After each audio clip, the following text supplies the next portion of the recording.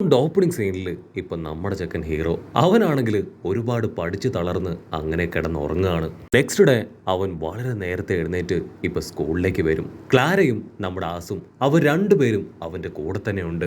ക്ലാരയാണെങ്കിൽ ദൂരത്തുള്ള എലിയെയും പട്ടിയെയും പൂച്ചയും ഒക്കെ കാണിച്ചു കൊടുത്ത് ഹീറോയെ എന്റർടൈൻ ചെയ്യും.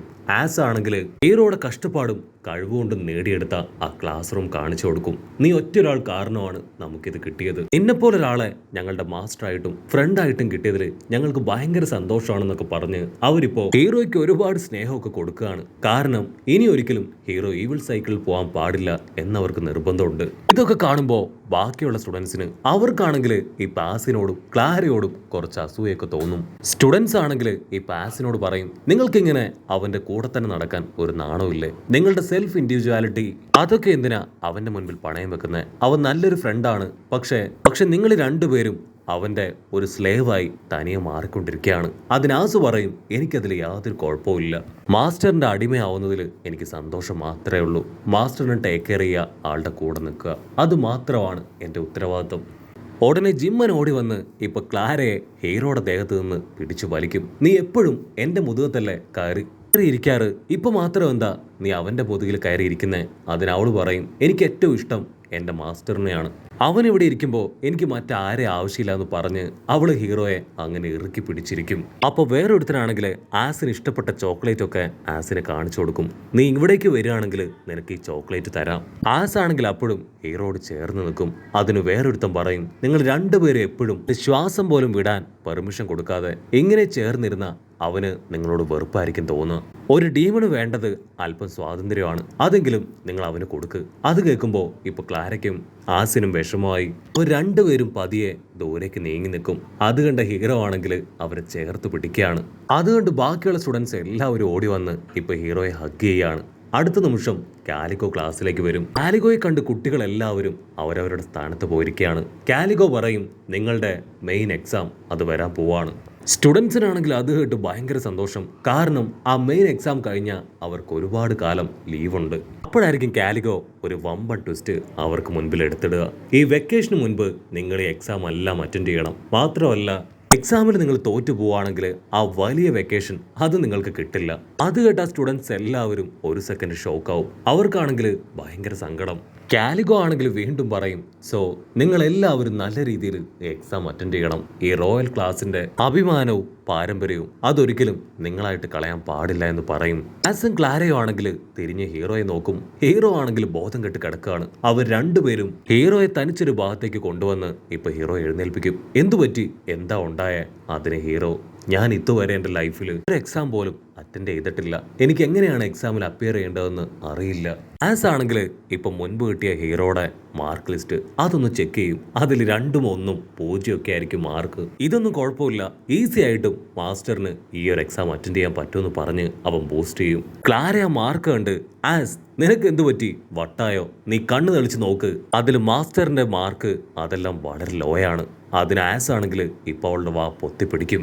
ഹീറോ ആണെങ്കിൽ അവരോട് പറയും, എനിക്ക് ആക്ച്വലി ഗ്രാൻഡ് പേയുടെ മാജിക് പവർ ഉള്ളതുകൊണ്ട് തന്നെ ഈ ക്വസ്റ്റ്യൻസ് ഒക്കെ വായിക്കാൻ കഴിയുന്നുണ്ട്. പക്ഷെ ഇതിന്റെ ഒന്നും ആൻസർ എഴുതാനുള്ള ബുദ്ധിയൊന്നും എനിക്കില്ല എന്ന് പറഞ്ഞ് അവൻ നിലവിളിക്കാൻ തുടങ്ങും. ഉടനെ ക്ലാര ആണെങ്കിൽ അവളുടെ മാർക്സ് കാണിക്കും. അവൾക്കും കാര്യമായിട്ട് മാർക്കൊന്നുമില്ല, 15, 12 അങ്ങനെയൊക്കെ ആയിരിക്കും. പക്ഷെ എങ്കിലും ഞാൻ നിന്നെ കഴിഞ്ഞും ബെറ്റർ ആണെന്ന് പറഞ്ഞ് അവൾ വമ്പ സ്റ്റൈലിൽ നിൽക്കും. അവൾ ഒരു കപ്പടാ മീശയും കണ്ണാടിയൊക്കെ വെച്ച് ഹീറോയോട് പറയും, ഇന്നു മുതൽ നിന്റെ മാസ്റ്റർ ഞാനാണ്.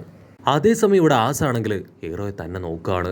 ഇത്രയും കൈൻഡ് ആയിട്ടുള്ള ഒരു ഡീമനെ ഇതുവരെ ഞാൻ കണ്ടിട്ടില്ല.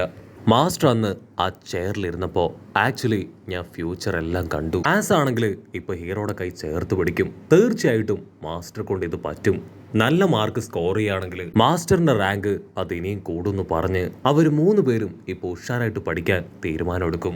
അടുത്ത നിമിഷം ഡോറൊക്കെ തുറന്ന് ഒരു ചകിരിത്തലയൻ അവരുടെ റൂമിലേക്ക് വരികയാണ്. നമ്മുടെ ആൾക്കാർക്കാണെങ്കിൽ അവൻ ആരാണെന്ന് മനസ്സിലാവില്ല. അപ്പോഴായിരിക്കും അവർ കോൾ ചെയ്ത് ഇപ്പൊ ഹീറോയോട് പറയുക, അവൻ സ്റ്റുഡന്റ് കൗൺസിൽ ടീമിലെ ഒരു മെമ്പർ ആയിരുന്നു. ഈ ടീമിൽ അവൻ ആപ്റ്റ് അല്ല, അവനൊരു മണ്ടനാണ്. സോ നിനക്ക് വിരോധമില്ലെങ്കിൽ കുറച്ചു കാലത്തേക്ക് അവനെ നിന്റെ ടീമിൽ ചേർക്കണം. അതിന് ഹീറോയും ഓക്കെ പറയും. ഹീറോ ആണെങ്കിൽ തിരിഞ്ഞു നോക്കും. ആസും നമ്മുടെ പച്ചമുടി പെണ്ണും അവർ 2 പേരും കൂടെ അവനെ ചവിട്ടി കൂട്ടുകയാണ്. ഹീറോ ഓടി വന്ന് അവരെ പിടിച്ചു മാറ്റും. ഇനി മുതൽ ഇവനും നമ്മുടെ ടീമിലെ ഒരു മെമ്പറാണെന്ന് പറയും. അപ്പോഴായിരിക്കും ആസ് അവൻ മറ്റൊരു കാര്യം ഹീറോയോട് പറയാ. ഞാനൊരു കാര്യം നിന്നോട് പറയാൻ വിട്ടുപോയി. നല്ല രീതിയിൽ എക്സാമിന് മാർക്ക് സ്കോർ ചെയ്യാൻ കഴിഞ്ഞിട്ടില്ലെങ്കിൽ നമ്മുടെ റാങ്കിങ് അത് കുറയ്ക്കും. സോ നമ്മൾ വളരെയധികം കെയർഫുൾ ആയിട്ട് വേണം എക്സാം എഴുതാൻ. സോ ഈ കാര്യങ്ങളൊക്കെ കേട്ടാണ് ഇപ്പൊ നമ്മുടെ ഹീറോ അവൻ ഒരുപാട് ടെൻഷനായി ഇപ്പോൾ വീട്ടിലിരുന്ന് രാവും പകലും ഇല്ലാതെ പഠിക്കുക. ഗ്രാൻഡ് പയ്ക്കാണെങ്കിൽ അത് കണ്ട് ഭയങ്കരമായിട്ട് വിഷമം തോന്നും. നീ ഇങ്ങനെ കഷ്ടപ്പെട്ട് ഹാർഡ് വർക്ക് ചെയ്ത് പഠിക്കേണ്ട ആവശ്യമൊന്നുമില്ല.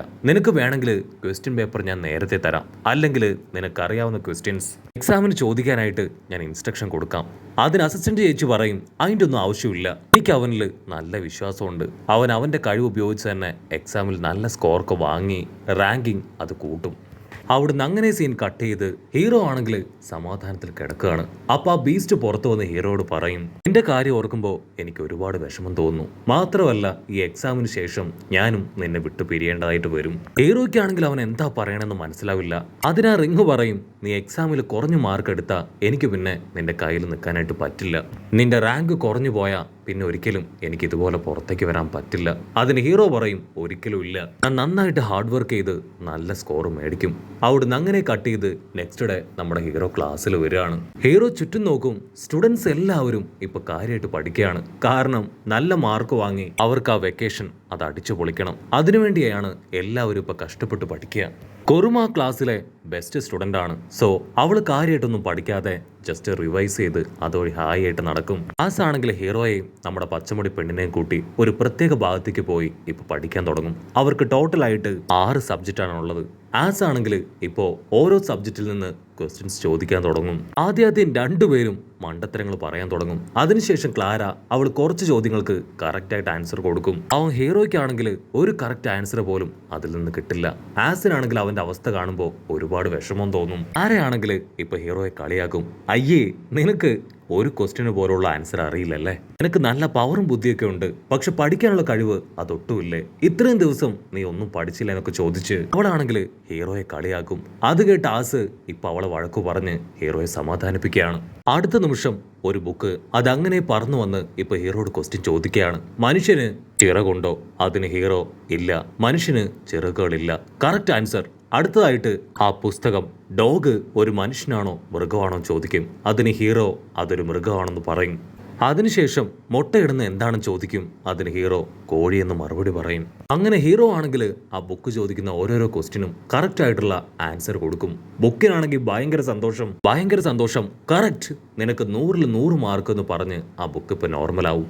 ഉണ്ടായിരുന്ന സ്റ്റുഡൻസും നമ്മുടെ ആസും ക്ലാരയും അവരെല്ലാവരും ഹീറോയെ എങ്ങനെ ഉയർത്തിയെടുക്കുകയാണ്. ഹീറോ ആണെങ്കിൽ കൈയൊക്കെ ഉയർത്തി, എൻ്റെ ടാലന്റ് അത് മിത്തിക്കൽ ഹിസ്റ്ററിയിലാണ്. സോ ആ ടീച്ചറിനെ കണ്ട് കൂടുതലായിട്ട് പഠിച്ച് ഞാൻ നല്ല സ്കോർ മേടിക്കുമെന്ന് പറഞ്ഞ് അവൻ ഫ്രണ്ട്സുമായിട്ട് ആ ടീച്ചറിനെ കാണാൻ പോകും. ഉടനെ മറ്റുള്ള കുട്ടികൾ ഇപ്പോൾ ഹീറോയ്ക്ക് നേരെ ഓടി വരികയാണ്. അവർ പറയും, നിങ്ങൾ കാണാൻ പോകുന്ന ആ ഒരു ലെക്ചർ അവരിപ്പോ അവരുടെ നെഗറ്റീവ് സൈക്കിളിൽ വീണിരിക്കുകയാണ്. ബോളം അവരെ ക്യാച്ച് ചെയ്യാൻ വരുന്നുണ്ടെന്ന് പറഞ്ഞ് അവർ ഓടും. ഹീറോ ആണെങ്കിൽ ഷോക്കായിട്ട് ആ ബുക്കിലേക്ക് നോക്കും. ആ ബുക്ക് എഴുതിയത് അവർ പറഞ്ഞ അതേ ബോളം തന്നെയാണ്.